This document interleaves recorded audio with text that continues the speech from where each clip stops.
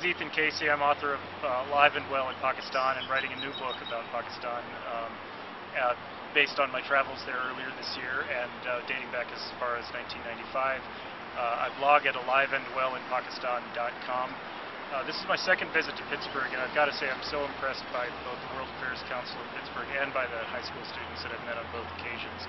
There's a lot of intelligent conversation happening, and to know that there's conversation about Pakistan happening in Pittsburgh at this intellectual level is really inspiring and encouraging. I'm Fawad Butt. I'm a managing partner at Zeus Capital Advisors. I just presented to the high school kids here at the program, and I must say, it is so energizing, as Ethan said, to kind of get a sense of what young people are thinking about the problem. I think this is the kind of dialogue that we really want to encourage, and I liked it so much I want to come back and do it again. The conversation that we just had with the students here in Pittsburgh is the reverse side of the coin to conversations I've had with very similar groups of young people in Pakistan. And for me, it's a great privilege to be able to move between those worlds and to see that the questions and the issues that face people in both countries are really the same issues, the same questions, the same aspirations, just expressed in a different context and from a different perspective. If there's anything that we can do that's useful, it's to encourage those two groups of young people to know about each other and hopefully to be in conversation with each other. And how can we encourage them, or is there any resources that you would recommend they look into? There certainly are.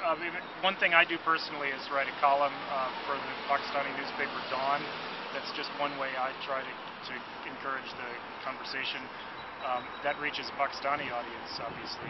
My aliveandwellinpakistan.com blog hopefully reaches the American audience. But there are many organizations that encourage young people on both sides to... I think one of the ideas that came out of this conversation and I forget which group came up with this, but it was brilliant, which is to try to bring young people together from various backgrounds because they're so impressionable. And if they're allowed to commingle and spend time with each other, they'll start to recognize the common humanity that exists amongst all of us. And I think that's where the sea change will start to occur, because this is a process. It's certainly not an event. We don't expect things to change in a matter of months or days. This is going to take years. And I think if we are to make an investment in our future, both here in America and in Pakistan, I think we must make that in the youth in both countries.